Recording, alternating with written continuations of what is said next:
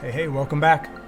We're in the final stretch of the 40-day journey, and today's topic hits close to home for a lot of us. You've already read about it, but now we're going to go deeper into this trap called approval addiction. Let me ask you this. Who's holding the remote to your self-worth? If it's in the hands of people's opinions, likes, or validation, friend, it's time to grab the remote back and change the channel. Let me give you a real moment from my own life. A few years back, I was leading a major event.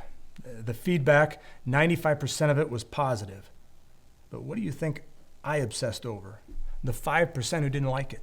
I replayed their comments in my mind like it was a number one song on repeat while ignoring the 95 standing ovations in the background. That's what approval addiction does. It tunes your ears to criticism and turns down the volume of God's truth. Here's something I didn't include in the written devotional. Approval addiction is a spiritual identity issue.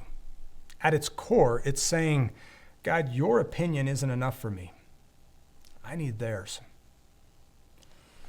Ouch. I've said that a lot with my actions, even when I've never said it out loud. But we don't need to live there anymore. So let's flip this. Hebrews 11:6 says, without faith, it's impossible to please God. Notice what it doesn't say. Without the approval of so-and-so from accounting, it's impossible to be valuable. Without my parents cheering me on, or without my friends thinking it's cool, or my colleagues, or my social media followers. And the list goes on and on and on. It's not in there.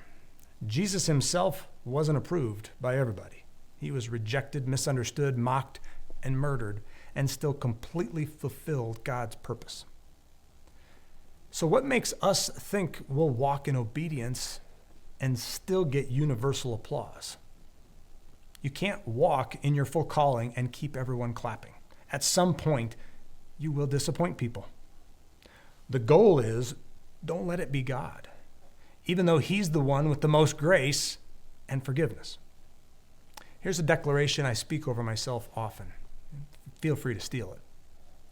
I do not need man's approval to walk in God's calling. I am accepted in the beloved. I am not for sale to people's opinions. I live for an audience of one, and he already gave me a standing ovation. Say that out loud every morning for the next week if you need to. Watch how it changes the way you show up in rooms, in conversations, and even online. When you seek approval from people, you'll often lose the anointing God gave you to influence them.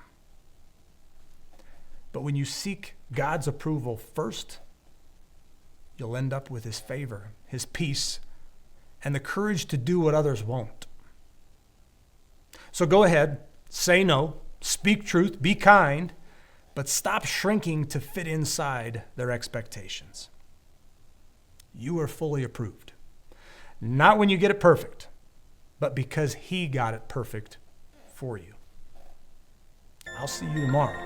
But until then, keep walking in the Spirit 24/7.